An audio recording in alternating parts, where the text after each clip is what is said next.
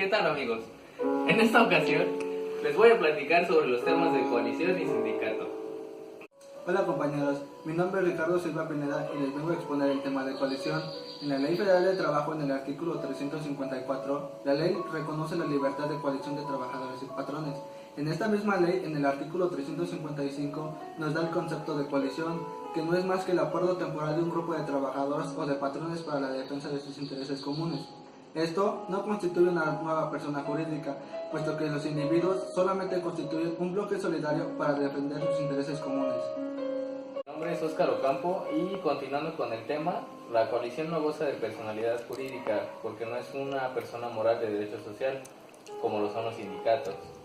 En estas condiciones resulta incontrovertible que la coalición, es decir, el acuerdo temporal, al no formar parte de un ente jurídico capaz de ser sujeto de derechos y obligaciones, los derechos que incumben a los coaligados, en todo caso, deben ser ejercitados por estos, pues solo ellos pueden figurar como titulares de los derechos y obligaciones por ser coincidentes con la totalidad del grupo respectivo.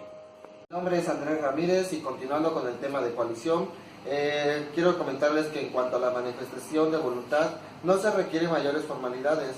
Puede expresarse en una asamblea en que se reúnan los trabajadores y se levante un acta haciéndose constar, o mediante una manifestación por cédula que lo expresen y que lo firmen.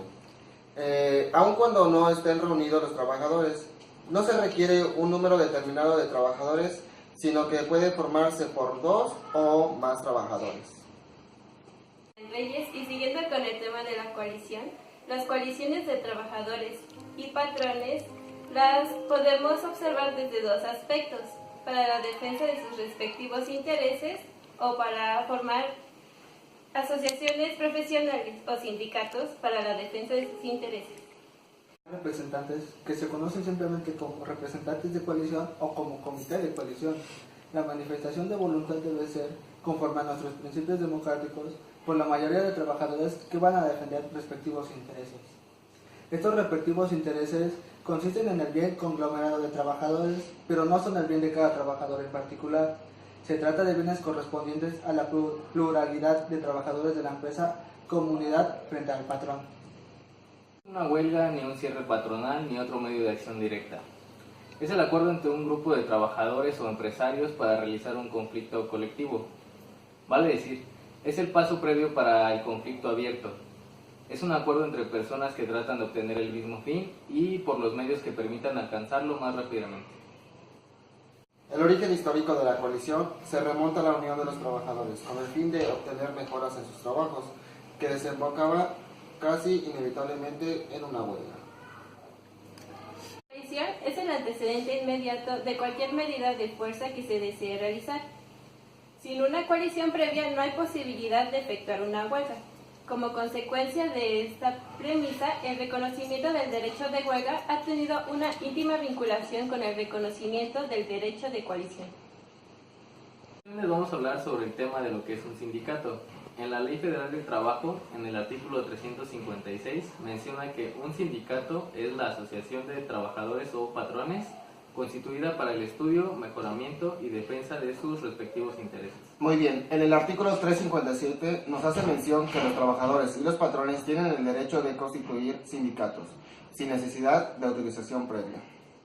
En el artículo 358, a nadie se le puede obligar a formar parte de un sindicato o a no formar parte de él.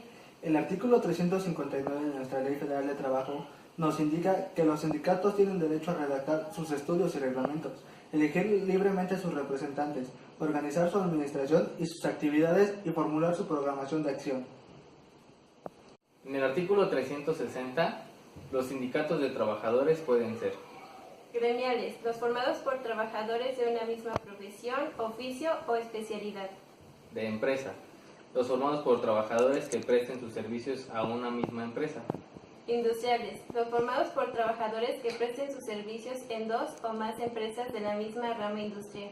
Nacionales de industria, los formados por trabajadores que presten sus servicios en una o varias empresas de la misma rama industrial, instaladas en 2 o más entidades federativas. Y De oficios varios, los formados por trabajadores de diversas profesiones. Estos sindicatos solo podrán constituirse cuando en el municipio de que se trate el número de trabajadores en la misma profesión sea menor de 20. Muy bien, en el artículo 361 nos indica que los sindicatos de patrones pueden ser: número 1, los formados por patrones de una o varias ramas de actividades; número 2, nacionales, los formados por patrones de una o varias ramas de actividades de distintas entidades federativas. El artículo 362 de la Ley Federal de Trabajo nos menciona que pueden formar parte de los sindicatos los trabajadores mayores de 15 años. En el artículo 363 hace mención a que los trabajadores de confianza no pueden ingresar en los sindicatos de los demás trabajadores. Los estatutos de los sindicatos podrán determinar la condición y los derechos de sus miembros, que sean promovidos a un puesto de confianza. Las autoridades a que se refiere el anterior artículo harán pública para consulta de cualquier persona debidamente actualizada la información de los registros de los sindicatos. El texto íntegro de las versiones públicas de los estatutos de los sindicatos deberá estar disponible en los sitios de internet de la Secretaría del Trabajo y Previsión Social y de las juntas locales de conciliación y arbitraje según corresponda. Los registros de los sindicatos deberán contener cuando menos los siguientes datos. 1. Domicilio. 2. Número de registro. 3. Nombre del sindicato. 4. Nombre de los integrantes del comité ejecutivo. 5. Fecha de vigencia del comité ejecutivo. 6. Número de socios y 7. Central obrera a la que pertenecen en su caso. las actualizaciones de los índices se deberán hacer cada 3 meses. Artículo 366. El registro podrá negarse únicamente 1. Si el sindicato no se propone la finalidad prevista en el artículo 356. 2. Si no se constituyó con el número de miembros fijado en el artículo 364. Y por último, 3. Si no se exhiben los documentos a que se refiere el artículo 365.